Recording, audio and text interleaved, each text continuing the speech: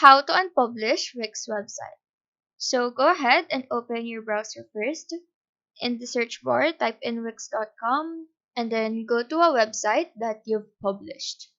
After this, you should be directed to your dashboard, and on the left side, you should see settings. So just look for it and click it. Now in the settings, look for the website settings option. It's under the general.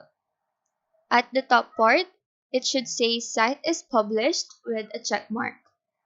On the right part, it will give you the option to unpublish, so just click on that, and then a pop-up window should appear. On the pop-up window, just click the button Unpublish. And after it's loaded, your website should be unpublished. So that is how to unpublish Wix website. Do let us know if this video helped you out, and if you have any questions, feel free to drop them down below. Thank you for watching and have a nice day.